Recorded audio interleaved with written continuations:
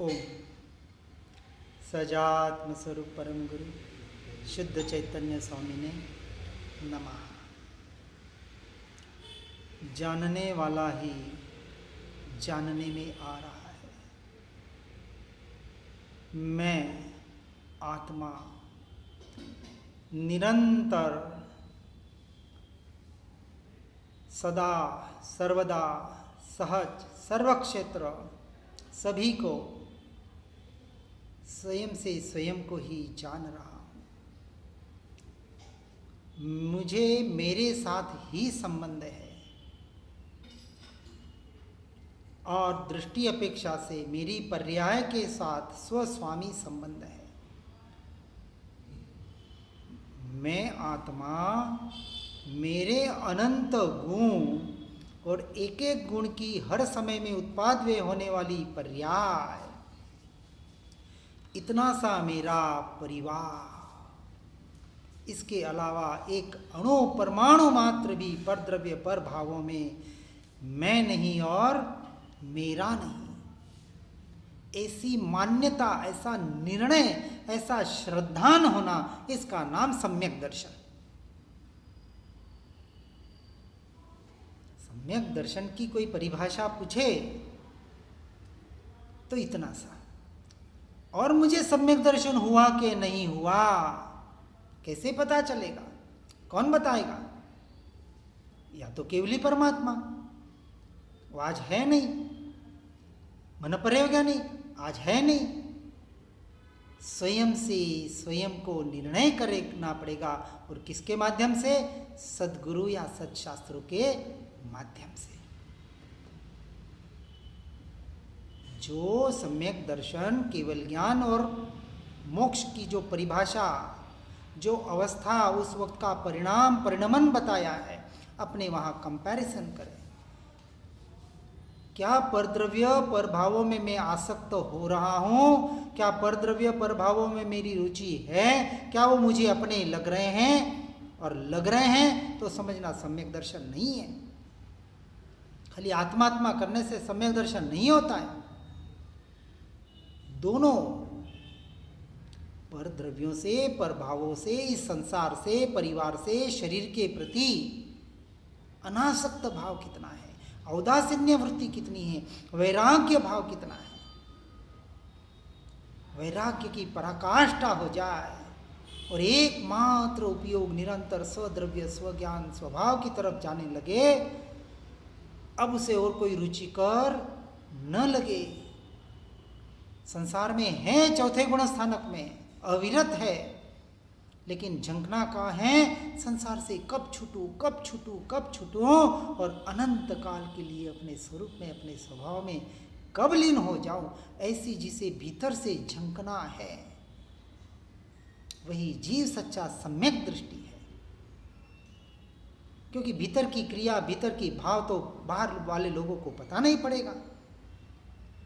इसलिए स्वयं से स्वयं का निरीक्षण करके अपना निर्णय करना है, और जहां अपनी भूल है, जहां स्वयं की कमजोरी है, उस वहां से भी हमें उसको निकालने का पुरुषार्थ करना, इसका नाम व्यवहार।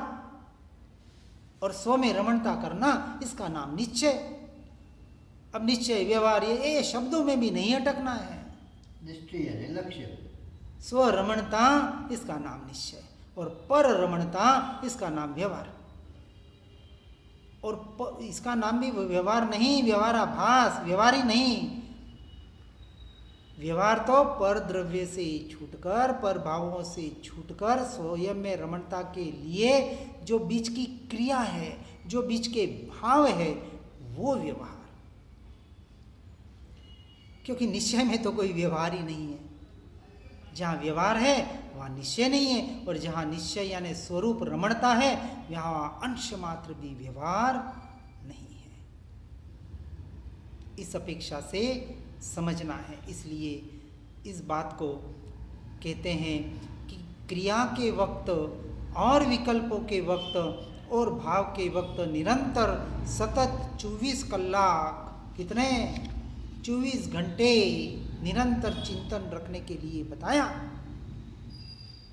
और उनको पता है कि हम 24 घंटे कहेंगे और उस 24 घंटे कहने के बाद 24 मिनट भी कर ले तो बहुत बड़ी बात है।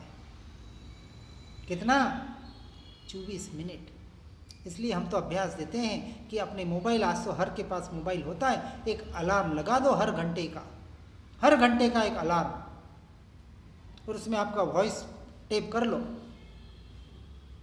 भरत महाराजा को एक आदमी रखना पड़ा था, चेत भरत चेत बोलता था, तो भरत चेत जागते थे। हमें किसी की जरूरत नहीं है, मोबाइल आज है हमारे पास, हर घंटे में अलार्म लगा दो और उसमें अपना नाम डाउनलोड कर लो। जैसे आपका नाम सुरेश है तो डाउनलोड कर देना, चेत सुरेश चेत, तो वो मोबाइल आपको जगा देगा। और जैसे ही वो साउंड हुआ, अलार्म हुआ, बंद कर देना और 1 मिनट के लिए अपने में आ जाना, कम से कम 1 मिनट। बड़ी बात नहीं है 1 घंटे में 1 मिनट निकालना। ठीक है, जहाँ भी हो, जो क्रिया हो, कार्य कर रहे हो, उसको पूरा कर देना 2, 4, 5 मिनट में, और 1 मिनट के लिए ये निरंतर चिंतन कर लेना। कौन सा चिंतन? स्वरूप का चिंतन। ये जो बाहर का क्षोभम ज्ञान है, उसके द्वारा जो ये निर्णय हम कर रहे हैं कि निरंतर मैं स्वयं से स्वयं को ही जान रहा हूँ, ये ज्ञान ही जानने में आ रहा है। 1 घंटा पर में थे, कोई बात नहीं, लेकिन ये पर में भी जब था तब भी मेरा ज्ञान तो ज्ञान में ही था, पर रूप हुआ नहीं, हो सकता नहीं। ऐसा चिंतन करके 1 मिनट ज्ञान में आ जाना, ज्ञान स्वभाव का चिंतन करना, फिर अपना काम कर लेना। 1 मिनट का मतलब ऐसा नहीं आपके पास ज़्यादा समय है तो 5 मिनट बैठ जाना, 15 मिनट बैठ जाना, जैसी आपकी अनुकूलता, परंतु अभ्यास तो करना पड़ेगा।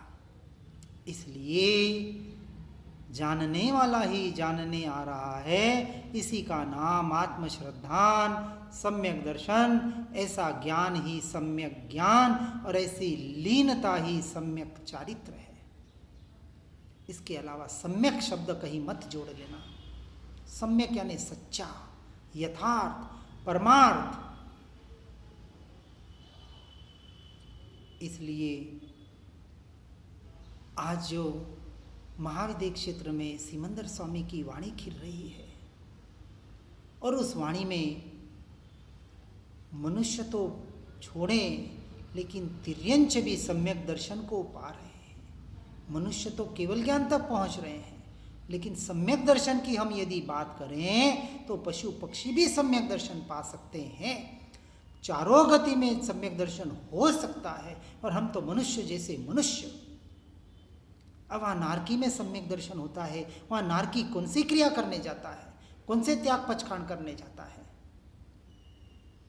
लेकिन वहाँ सम्यक दर्शन और पशु पक्षियों में होता है। इसका मतलब ये नहीं है कि वहाँ प्रकट हुआ, उसके पूर्व भाव में अभ्यास था।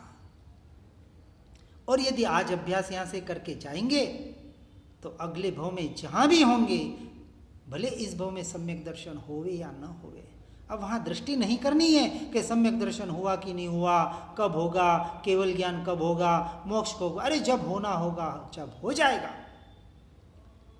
किसी भी जीव के हाथ में नहीं है, जीव के हाथ में एकमात्र पुरुषार्थ है, और इस पुरुषार्थ का पुरुषार्थ करना यही हमारा एकमात्र इस मनुष्य भव का कर्तव्य है, और इसी का नाम सच्चा धर्म है। ऐसा सच्चा धर्म आज दिन तक नहीं किया। और ऐसे सिमंदर स्वामी के मुख से भी जो बात निकलती है, कौन सी, कि जो कार्य